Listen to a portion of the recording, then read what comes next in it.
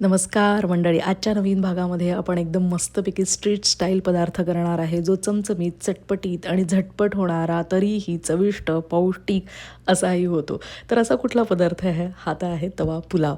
अगदी घरच्या घरी आपण सोप्या आपल्या साहित्यामधनं करू शकतो आणि तितकाच चविष्ट, अप्रतिम होणारा हा पदार्थ तयार करता येतो.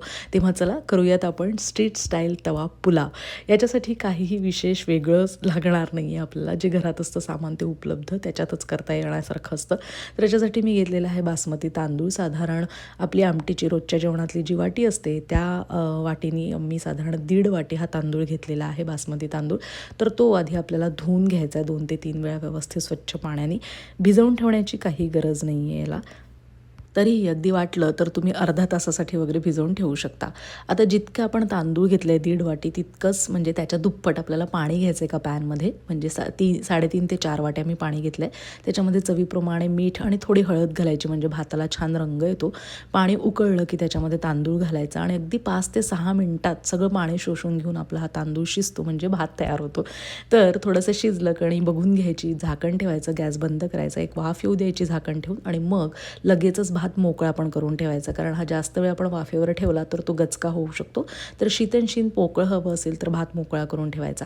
हा तांदूळ शिजायला ठेवण्याच्या आधीच, म्हणजे ठेवेस्तोवरच भात होईस्तोवर 5-6 मिनिटात मी सगळ्या भाज्या चिरून घेतल्या. तर एक छोटी शिमला मिरची, थोडासा गाजर, पत्ताकोबी, मटारचे दाणे फ्रोझन होतेच आणि एक बटाटा मी मायक्रोवेव्हला उकडून घेतला, त्यामुळे थोडा वेळ वाचला आहे माझा.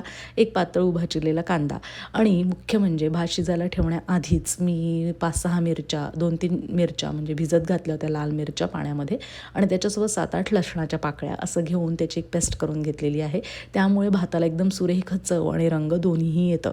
तर आता आपण फोडणी केली आहे, त्याच्यामध्ये 2 चमचे तेल, 2 चमचे बटर आणि जिऱ्याची फोडणी केलेली आहे. त्यानंतर आपण गाजर, सिमला मिरची आणि पत्ताकोबी घालून, कांदा घालून हे छान परतवून घ्यायचं आहे.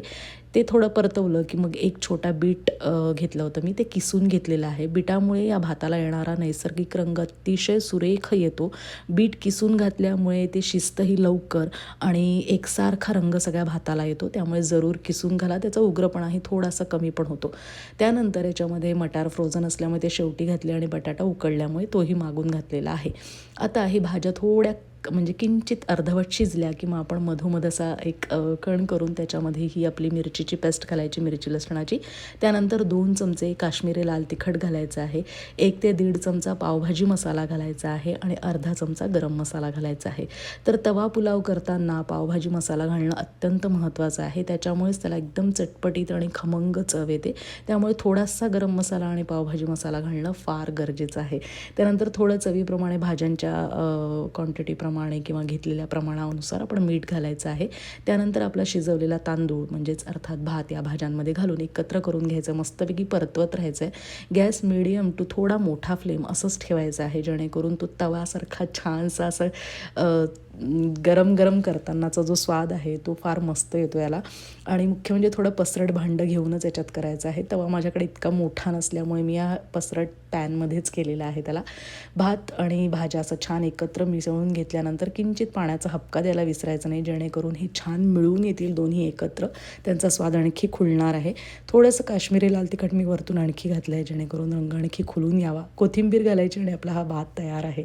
एकदम झटपट, चविष्ट, चमचमीत आणि अतिशय सुरेख होणारा हा भाताचा प्रकार जरूर करून बघा. तुम्हाला नक्की अगदी स्ट्रीट स्टाईल झाल्यासारखा त्याचा अनुभव येईलच आणि खाताना फार मज्जा येईल आणि घरी इतका सुरेख पदार्थ आपण करू शकतो यावर विश्वासही बसणार नाही.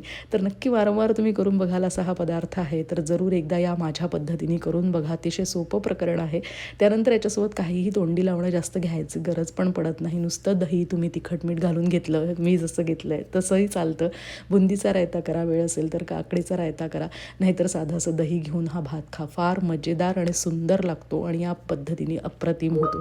तर ही पद्धत आवडली असेल तर जरूर एक लाईक करायला या व्हिडिओला विसरू नका, कमेंट करायला विसरू नका. त्याबरोबरच चॅनलवर नवीन असाल तर जरूर सबस्क्राईब करा. हे व्हिडिओज तुम्ही जास्तीत जास्त लोकांपर्यंत शेअरही करू शकता आणि मराठी किचन इन अमेरिका या चॅनलला जरूर एक सबस्क्राईब करायला मात्र विसरू नका. भेटूया आपण पुढच्या भागांमध्ये अशा छान चटपटीत, चमचमीत आणि झटपट होणाऱ्या रेसिपीसह. तोपर्यंत नमस्कार. जाणे जे यज्ञकर्म.